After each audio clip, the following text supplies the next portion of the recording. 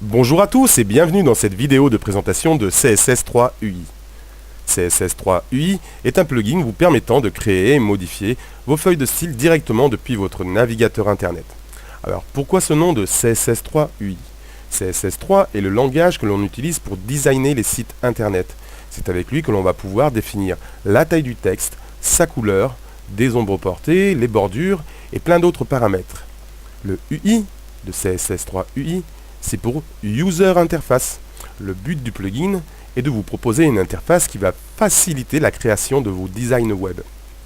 Ce type d'interface est appelé interface WYSIWYG. Alors, c'est un acronyme et cela veut dire What you see is what you get. Et traduit en français, cela nous donne ce que vous voyez et ce que vous obtenez. C'est exactement l'avantage de CSS3 UI. Quelle que soit la modification que vous apporterez à votre design, il n'y aura pas de différence entre ce que vous faites et ce que verra l'utilisateur final sur son écran. En fait, que ce soit Word ou Photoshop, ce sont eux aussi des interfaces WYSIWYG. Vous manipulez le contenu d'un document au travers d'une interface et le logiciel se charge d'écrire le fichier pour vous. Utilisé de manière optimale, CSS3 UI va vous permettre de créer de véritables frameworks réutilisables pour tous vos projets web. Alors, à titre d'exemple, je nous ai préparé une petite page rassemblant les différents types de contenus que l'on peut retrouver dans un site web.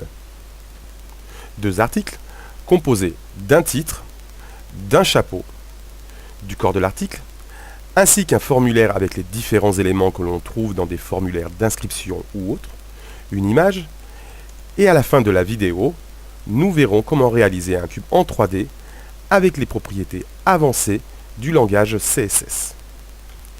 Lorsque le plugin est installé, il suffit de presser un simple raccourci clavier pour switcher entre votre site et le plugin.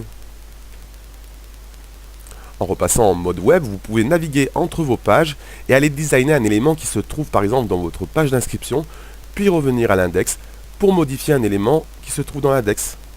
Je repasse en mode web. Je peux surfer normalement. Là, s'il y avait une série de liens, je pourrais surfer de page en page. Et je repasse en mode édition. Alors, je vais commencer par vous détailler rapidement les éléments de l'interface. Les bibliothèques qui renvoient les couleurs de texte, les couleurs de fond, ainsi que les multi-backgrounds qui sont utilisés dans ce projet de design, ainsi que dans tous les projets en cours. Les bibliothèques vont vous permettre de garder un œil sur la cohérence de votre charte graphique. Dans un design web, il est toujours dangereux d'utiliser trop de couleurs de police ou de fonds différentes. Et avec les bibliothèques, vous allez pouvoir redéployer rapidement une couleur ou un dégradé déjà défini dans votre design. Un petit exemple, si je vais chercher une classe de texte, par exemple ici, mes titles, je choisis les titres en H1, je lui mets une couleur de fond bleu, je peux tester le rouge, le violet, et je peux choisir rapidement une couleur de texte. Et de cette manière, vous êtes certain de toujours travailler avec les mêmes jeux de couleurs. Donc maintenant, passons au panneau des feuilles de style. C'est dans ce panneau que vous allez pouvoir classifier et ordonner vos classes CSS. Avec CSS3 UI, vous allez enfin pouvoir ranger vos classes CSS dans des répertoires. On peut voir ici que j'ai un répertoire pour mes classes de texte, ainsi qu'un sous-répertoire pour mes balises de titres. Et dans ce répertoire principal, j'ai d'autres sous-répertoires ainsi que d'autres classes pour mes balises de texte. Une autre possibilité offerte par le plugin, c'est de désactiver en un clic une partie ou la totalité du code. Je vais par exemple désactiver la totalité de ma feuille de style, je fais un clic droit sur le nom de ma feuille de style et je désactive la totalité du code. Alors on peut voir que lorsque aucun style est appliqué, le rendu par défaut, là on est dans Google Chrome, donc le rendu par défaut de Google Chrome. Donc je repasse en mode édition et je réactive de la même manière la totalité de ma feuille de style. Donc si je veux désactiver qu'une partie de mon code, il me suffit de faire un clic droit et comme vous pouvez le voir, nous avons désactivé que les balises liées au texte. Nous avons désactivé le répertoire contenant les balises de texte et le reste du code est toujours fonctionnel. Donc en un clic, je réactive tout ça. Et vous pouvez aussi réordonner le listing avec un simple glisser-déposer. Si on veut remettre une règle ici, on peut la glisser et la déposer. La mettre en fin de liste, pourquoi pas.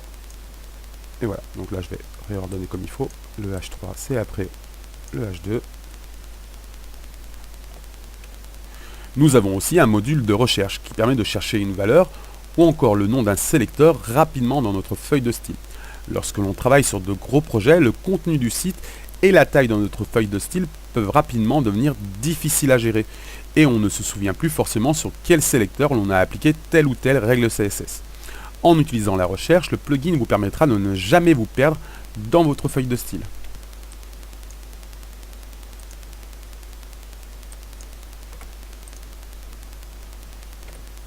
Par exemple, si je fais une recherche sur les marges, je tape margin. Et comme vous pouvez le voir, le plugin nous a trouvé 31 résultats. Alors cela englobe autant la propriété margin, que margin top, que margin bottom, que margin left, que margin right. Tous les sélecteurs CSS qui possèdent l'une de ces règles ont été retrouvés par le plugin. Ça permet d'y s'y retrouver facilement et rapidement dans sa feuille de style.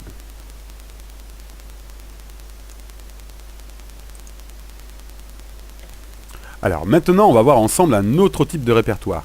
Ce sont les media queries. Les media queries permettent d'écrire des règles spécifiques qui vont prendre en compte une résolution définie. Alors on va faire quelque chose de simple. On va écrire une règle pour les écrans ayant une résolution inférieure à 640 pixels. Donc je clique sur mon petit dossier pour ajouter un répertoire. Je copie-colle ma règle media query, je valide. Je déplace mon répertoire au-dessus pour que ce soit plus propre. On va donc modifier pour l'exemple le corps du document. Il me suffit de saisir body, de lui appliquer une couleur de fond.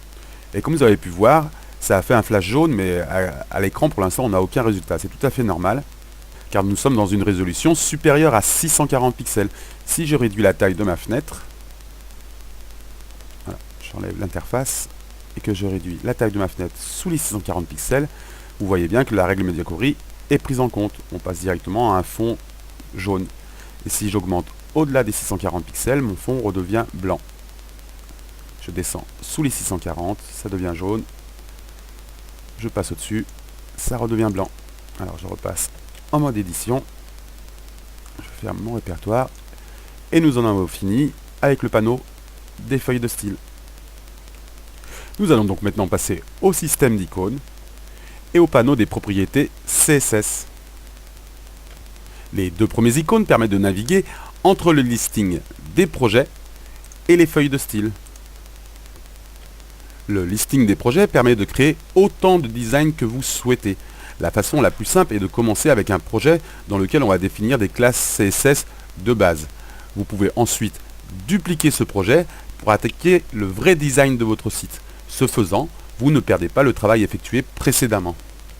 Alors, c'est ce qu'on va faire tout de suite. On va dupliquer notre projet de design. Alors, un clic droit sur le nom du projet, duplicate, et on va l'appeler tout simplement contraste 2.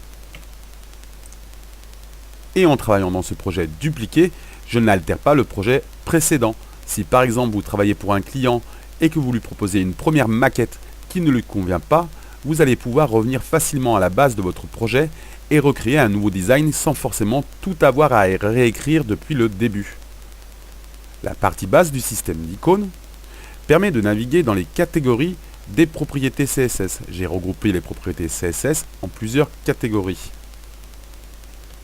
C'est avec le panneau des propriétés CSS que nous allons pouvoir modifier les valeurs de nos classes CSS.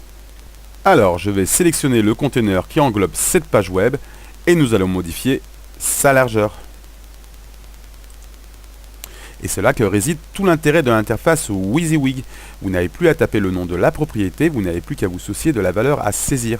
Je peux la saisir manuellement, on va mettre 45%, Ou alors, en utilisant les flèches hautes et basses du clavier, je peux modifier ma valeur au pixel près. Alors là, on fait un peu rapidement. Et je reviens à la valeur initiale de 62%. Et vous voyez que le résultat se fait en live directement dans le navigateur. Alors voilà, nous avons fait le tour de l'interface. Alors une petite chose, vous avez sûrement remarqué que lorsque je survole les éléments qui se trouvent dans la page, ceux-ci apparaissent en surbrillance. En fait, en surbrillance avec un fond bleu, avec des petites croix blanches. Ça permet de sélectionner un élément, et quand je clique dans un élément, ces coordonnées HTML apparaissent en bas de l'écran. Par exemple, si je clique sur mon titre, on voit bien que mon titre se trouve dans une section article, qui se trouve elle-même dans une section, qui est elle-même dans le bloc main. Et on va continuer à styliser notre bloc main. Je le passe à 50%. Je rajoute une bordure de 10 pixels. On va lui mettre une couleur qui ne se trouve pas dans la bibliothèque. On va mettre un fond gris comme ceci. On va baisser notre opacité. Et on va ajouter un border radius de 2 em. Et vous voyez, cela ne m'a pris que quelques secondes.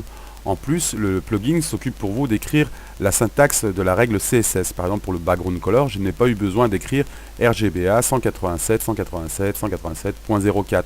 J'ai juste eu à sélectionner ma couleur et le plugin s'occupe d'écrire la syntaxe pour vous. Pareil pour le border, je n'ai pas eu besoin d'écrire 10 pixels solides et la couleur. C'est vraiment le plugin qui va se charger pour vous et vous faire gagner un temps de travail considérable.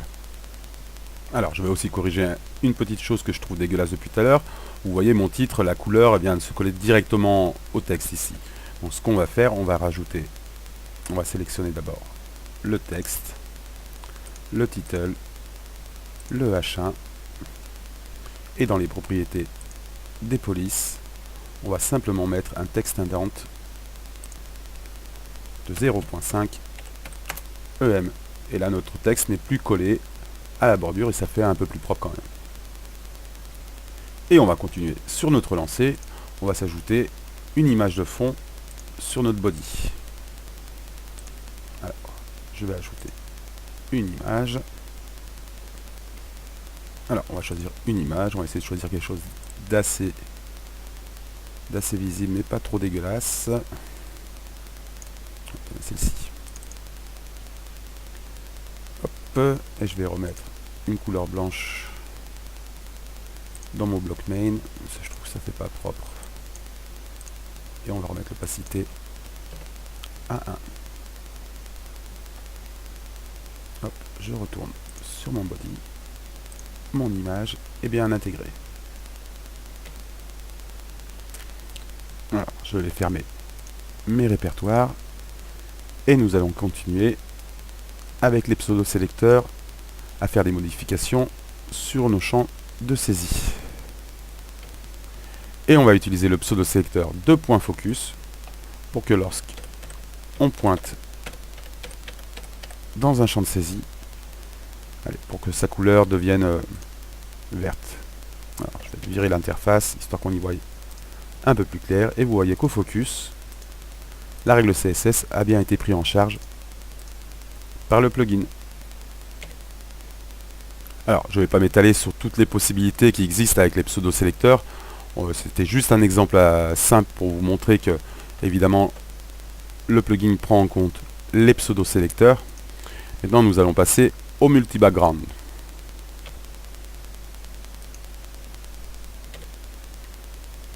Hop, alors, mon image. Voilà. Je sélectionne les multi-backgrounds.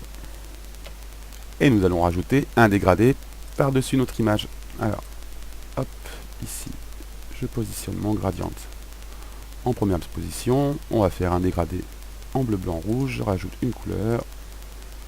Alors, un bleu, du blanc, du rouge.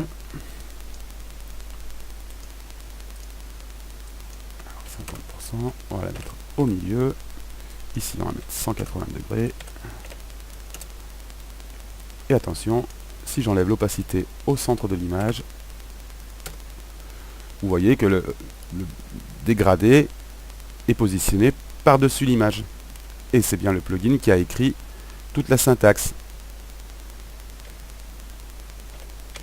CSS3UI se charge d'écrire cela pour vous et vous allez pouvoir passer plus de temps à être créatif.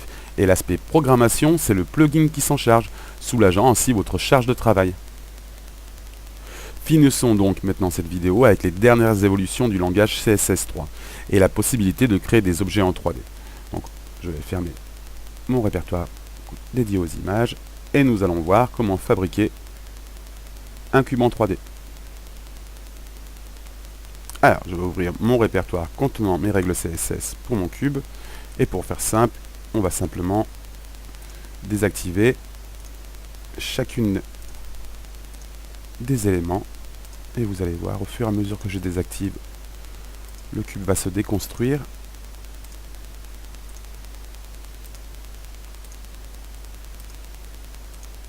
Hop. Le hover, le cube en lui-même.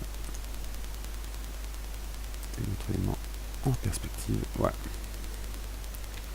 Et nous allons faire la même chose, mais dans le sens inverse. Alors, ma perspective, je la réactive. Nous avons donc une perspective de 1000 pixels. On va dire plutôt une scène dans laquelle se projette notre cube en 3D, donc de 300 pixels par 300 pixels. Notre cube fait aussi 300 pixels par 300 pixels. On peut voir ici, ça, ce qui circule là et qui tourne, c'est le centre du cube. On va réactiver les faces. Là, on vient d'activer toutes les faces avec la bordure et la bordure arrondie. Et ensuite, on va activer chacune des 6 faces. Donc, tout d'abord, le front, la face arrière, le dessus du cube, le dessous du cube,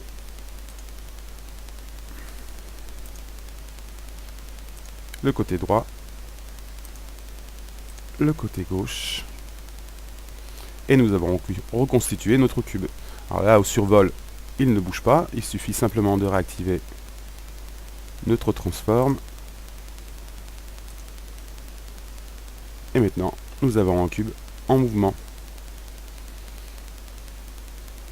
Alors, nous allons modifier un petit peu son aspect. On va enlever le border radius, histoire d'avoir un cube avec des arêtes vives. Touc. Ensuite, on enlève notre bordure. Et voilà, nous avons un cube en 3D et animé.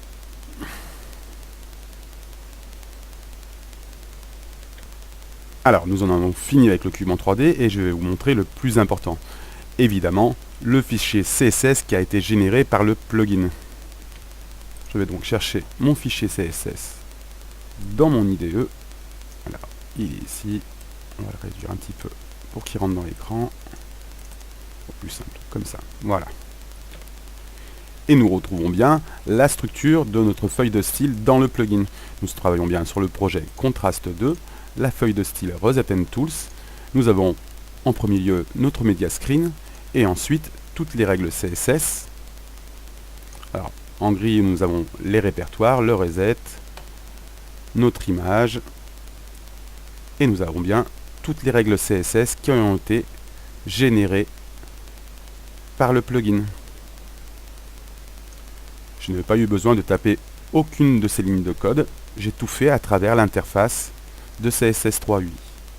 Alors, comme vous pouvez le voir, ça nous fait un fichier CSS qui fait environ 500 lignes pour un contenu relativement soft. Imaginons un site avec beaucoup plus de contenu, on peut arriver facilement à une feuille de style qui fait 3 ou 4000 lignes. Ça devient plus facile à gérer avec un plugin comme CSS3UI que si on avait tout géré à la main, taper dans notre fichier CSS, retourner dans le navigateur, vérifier si ça fonctionne, retourner dans la feuille de style parce que on ne réussit pas toujours du premier coup à obtenir le résultat qu'on souhaite, retourner dans le navigateur et ainsi de suite. Voilà, cette vidéo de présentation est terminée. Sachez que le plugin est en cours de développement. Il n'est pour l'heure compatible qu'avec Google Chrome et Mozilla Firefox. Que c'est un projet amateur, hein. Je ne suis pas développeur web, c'est pas mon métier, mais une passion. Et j'espère que le concept du plugin vous aura séduit. N'hésitez pas à en parler sur les réseaux sociaux. Un site web complet arrivera dans les prochaines semaines avec lequel vous pourrez tester le plugin en live. Vous pourrez aussi vous inscrire sur le site pour participer à la phase de bêta test. Et je vous dis à très bientôt.